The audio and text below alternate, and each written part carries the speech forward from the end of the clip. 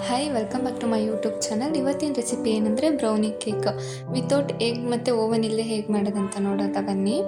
ನಾನು ಅರ್ಧ ಕಪ್ ಅಷ್ಟು ಡಾರ್ಕ್ ಚಾಕ್ಲೇಟ್ ತೊಗೊಂಡಿದ್ದೀನಿ. ಮತ್ತು ಒಂದು ಪಾತ್ರೆಗೆ ಸ್ವಲ್ಪ ನೀರು ತೊಗೊಂಡು ಸ್ವಲ್ಪ ಬಿಸಿ ಮಾಡ್ಕೊಳ್ಳಿ. ಮತ್ತು ಅರ್ಧ ಕಪ್ ಅಷ್ಟು ಡಾರ್ಕ್ ಚಾಕ್ಲೇಟ್ ಮತ್ತು ಅಮೂಲ್ ಅನ್ಸಾಲ್ಟೆಡ್ ಬಟರ್ ಅಂತ ಬರುತ್ತೆ, ನಾನು ಅದನ್ನ ತೊಗೊಂಡಿದ್ದೀನಿ.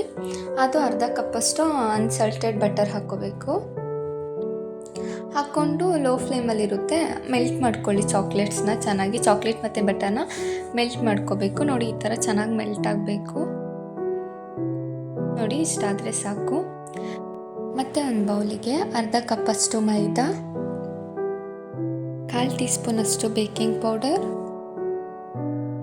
ಮತ್ತು ಒಂದು 4 ಸ್ಪೂನ್ ಕೋಕೋ ಪೌಡರ್ ತೊಗೊಂಡಿದ್ದೀನಿ.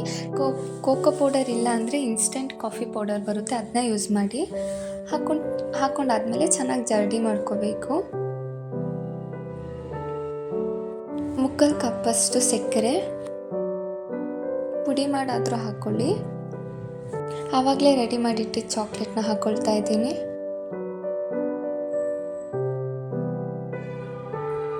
ಅರ್ಧ ಕಪ್ಪಷ್ಟು ಹಾಲು ತಗೊಂಡು ಸ್ವಲ್ಪ ಸ್ವಲ್ಪ ಹಾಕಿ ಚೆನ್ನಾಗಿ ಮಿಕ್ಸ್ ಮಾಡ್ಕೊಳ್ಳಿ.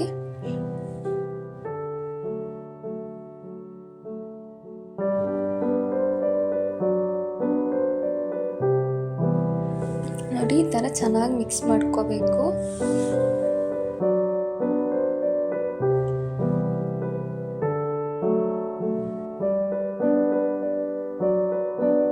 ನೋಡಿ, ಈ ಹದದಲ್ಲಿ ಮಿಕ್ಸ್ ಮಾಡಿಕೊಂಡ್ರೆ ಸಾಕು.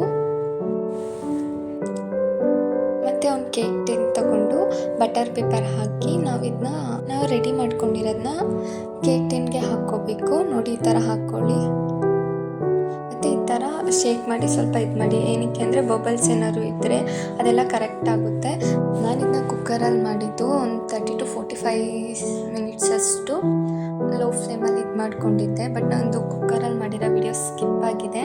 ನೀವು ಕುಕ್ಕರ್ ಇಲ್ಲ ಓವನಲ್ಲಿ ಟ್ರೈ ಮಾಡಿ ನೋಡಿ. ಕೇಕ್ ಮಾತ್ರ ತುಂಬ ಚೆನ್ನಾಗಿ ಬಂದಿತ್ತು. ಮತ್ತು ಅದ್ರ ಮೇಲೆ ಸ್ವಲ್ಪ ಡೆಕೋರೇಷನ್ ಮಾಡ್ಕೊಳ್ಳೋಣ ಅಂತ ಹೇಳಿ ಸ್ವಲ್ಪ ಹಾಗೆ ಕೋಕೋ ಪೌಡರ್ ಮತ್ತು ಚಾಕ್ಲೇಟ್ನ ತುರಿದ್ಬಿಟ್ಟು ಹಾಕ್ಕೊಂಡಿದ್ದೆ.